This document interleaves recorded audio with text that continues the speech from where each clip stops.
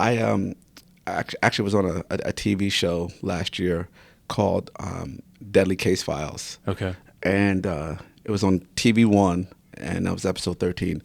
And that investigation, I remember, and I had plenty of investigations before that.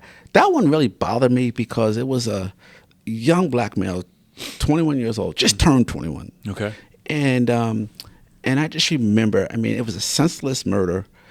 He basically got executed by 3 dudes for no reason. Whoa. And they had nothing to do with him, Yeah. I don't believe. Yeah. Whatever, they just, burglarized the house, and he just happened to be home. And it was like, when as a detective, when I'm investigating your crime now, I got to find out who Phil is. Yeah, yeah. Right? So you start digging and digging and digging and digging and digging.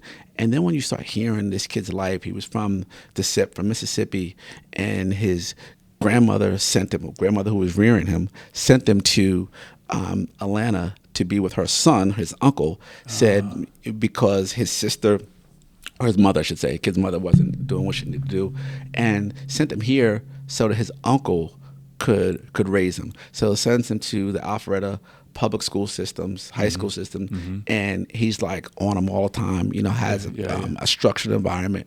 Kid's just doing all the right things. And then this kid's going to college. He's paying for college. He's working 2 jobs.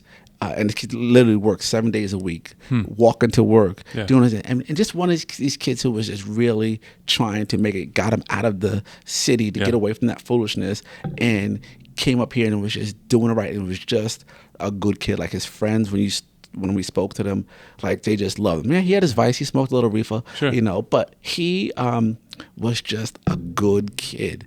And just the senseless way that he died, it was crazy. And then they get executed basically after they burglarized the house. Right. As they're walking out, give 2 screw you shots to him and execute him. Whoa. You know what I mean? That one, it rocked me. That was tough. But again, and that doesn't even touch the surface on some of the ones, things that are in my mind that have happened with the job. But I just definitely, when you just talk about things that just bother you. Yeah.